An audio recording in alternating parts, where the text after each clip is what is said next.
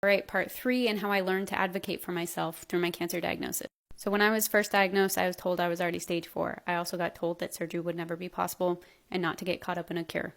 It took a lot of work and a lot of second opinions, but we got me to surgery.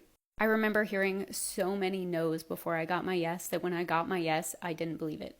I was cautiously on the call, just waiting, thinking they're going to change their mind. I remember getting off of the call, and then for a week, I convinced myself, this isn't happening. They're going to change their mind. And they didn't change their mind.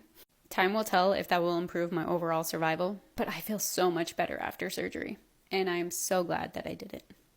Other roadblocks that I often ran into was trying to get appointments with just any doctor. It seems like every time I tried to book an appointment, I had to wait for a month or longer, and oftentimes they wouldn't put me with the doctor that I requested because they thought I was just any normal case, even though I told them hey, I got this kind of weird case, I need this specific special. They get calls like that all the time, I'm sure. So they just would put me with whoever. So I learned how to do my research first. First of all, always try to go through a primary care physician or a doctor that can send you a referral to the other one. You're going to get in that way a lot faster than you will if you just call the front desk. Also, when you're told that there is an appointment for a month, but you've heard from the physician themselves that they want to get you in sooner, don't just let it go. There's a reason your doctor wants to see you sooner, so follow up with them. Most of the time, they are not in contact with the front desk and they don't know that you have been pushed out a month. So if I have access to the doctor's email, I often will send them an email directly.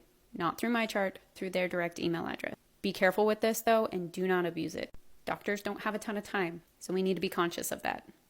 One of my physicians recently went on sabbatical, and I was told I couldn't get in with one of the other physicians in her office. So after being told no twice by the front office, I emailed the physician that I wanted to meet with directly. I gave her details on my case. Again, I have a rare case, so this may not work for everybody. And I told her how much it would mean to me if she was on my team. I really wanted to be under her care. And I let her know that. She let her front office know to book me an appointment. The front office called and booked me again for a month out. But I knew this doctor wanted to see me sooner. So I booked the appointment further out, but I also sent the doctor a follow-up email and just asked if there was any way we could still get an earlier appointment that she had mentioned. Turns out it was just a communication error with scheduling, so she had them reach out to me again and book me sooner. Like I said, I have a very rare case and I'm the exception, not the rule. But sometimes persistence pays off.